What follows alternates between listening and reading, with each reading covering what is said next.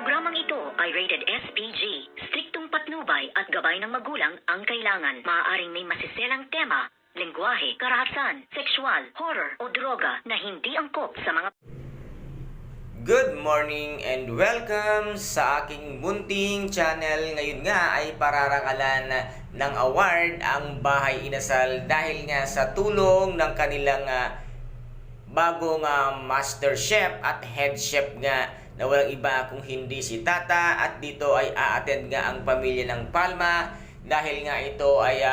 award ng mga restaurant, ngunit ang Bahay Inasal ang siyang tataguriing pinakamasarap na pagkain at pinipilahan nga ng mga tao, at dito ay mag-iinit naman ang ulo nito nga si Vivian at ang kanyang ampon na si Binis, kung kaya't dito ay magyayabang na naman si Binis, ngunit ito na ang pagkakataong hinding-hindi na nga niya kayang saktan itong ang si Tata, dahil ang isang Tata na kaya niyang tapak-tapakan ngayon ay ibang-iba na, kung kaya't nasabi nga ni Tata na hindi mo na ako maaaring saktan dahil ibang Tata na ang kaharap mo, na siyang ikinagulat naman nitong si Vivian na ibang-iba na nga ang kilos at pananalita nitong ang si Tata dahil sa tulong nitong ang si Ivana. At dito naman ay hindi nga nila sukat akalain na meron nga silang isang mabibisto na isang ikagigimbal at ikagugulat nga nitong si Tata, na ngayon nga ay mabubuking na ang katotohanan ng mga Palma kung sino talaga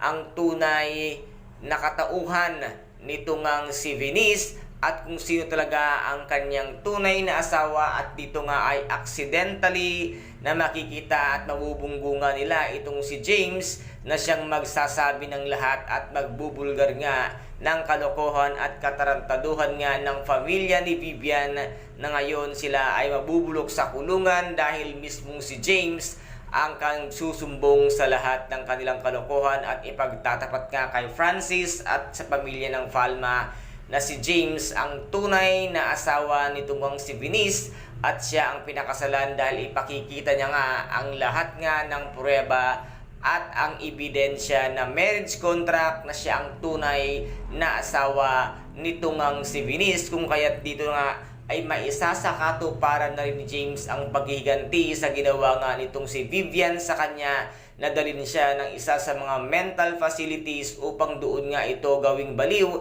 at nang hindi na nga ito makapagsalita. Ngunit nga ang karma ay nandyan lamang, kaya't ito na ang karma nitong si Vivian. Kaya guys, ito po ang ating pakaabangan sa mga susunod na episode dito nga sa nalalapit na pagtatapos ng My Ilongga Girl. Kung nagustuhan po ninyo ang aking videos for today, paki-subscribe na lamang po ng aking channel, paki-like and share para maging update kayo sa lahat ng gagawin kong videos. Maraming salamat po. Ingat, God bless, and